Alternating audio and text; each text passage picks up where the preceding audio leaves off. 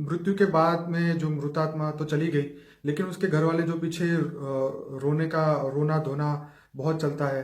तो कई लोग कहते हैं कि मरने वाली आत्मा के पीछे ज्यादा रोना नहीं चाहिए, या उसके रिगार्डिंग आप क्या कहेंगे? हाँ, सही बात है। जो आत्मा मर जाती है वो आत्मा तो घर में ही होती है, काफी दिनों तक रहती है। ठीक है। क्योंकि उसका अटैचमेंट घर में मोह होता है ना, देह और देह के संबंधों में मोह होता है। ठीक है। कई आत्माओं ने मेहनत करके घर बनाया तो घर में भी मोह होता है। ओके। कई आत्माओं का कई अंतमति सोगति, कहीं ना कहीं आत्मा मरते वक्त कहीं ना कहीं मोह फंस जाता है। ठीक है। तो वो आत्मा वहां ही रहती है। फिर जब ये रोते हैं, चिल्लाते हैं, याद कर करके मरने वाली आत्मा को याद करते हैं, बहुत रोते हैं, कई दिनों तक रोते रहते हैं, तो वो भी दुखी होती है ना।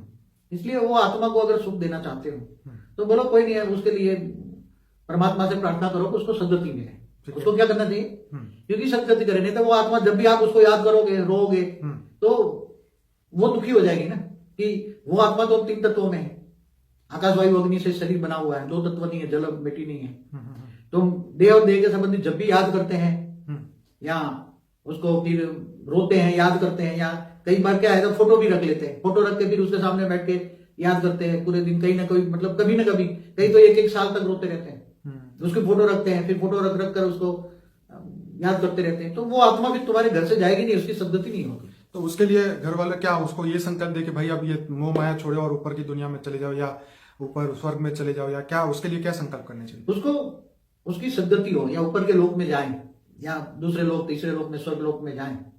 अगर आप अपनी जो मरा हुआ है, देह और देह के संबंध को जो मरा हुआ है, चाहे कोई भी हो, उनको अगर आप ऊपर के लोक में भेजना चाहते हो, दूसरे लोग तीसरे लोग में अगर भेजना चाहते हो, उसको कहो कि तुम अब ये मोह माया छोड़ दो, उसको ज्ञान सुनाओ। क्या करो? ज्ञान सुनाओ। इसलिए तो शायद मृत्यु के बाद पे वो गरुड़ पुराण सुनाया जाता है और गीता का पाठ, रामायण का पाठ, ये सब रखते हैं मृत्यु के बाद भी, ताकि उस आत्मा को शांति भी मिले, प्लस उसको ज्ञान भी थोड़ा इमर्ज हो, ताकि वो ये दुख से निकले बाहर।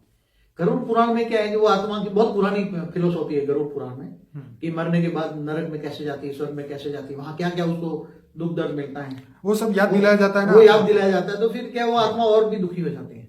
अब ऐसे गरुड़ पुराणों की जरूरत नहीं है आज की तारीख में, ये सब आउट ऑफ डेट हो गए। ओके। अब उसको सदगति के लिए उसको समझाओ कि तू आत्मा है, तो गीता का पाठ करना है, गीता का पाठ समझाओ, गीता का ज्ञान समझाओ, आत्मस्वरूप बन, तू आत्मस्वरूप बन, परमात्मा को याद कर और ऊपर के लोगों में चली जा।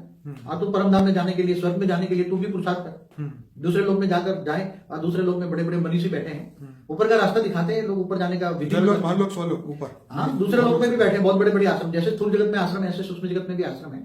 बड़े बड़े संत महात्मा, मनीषी कहते हैं उसको।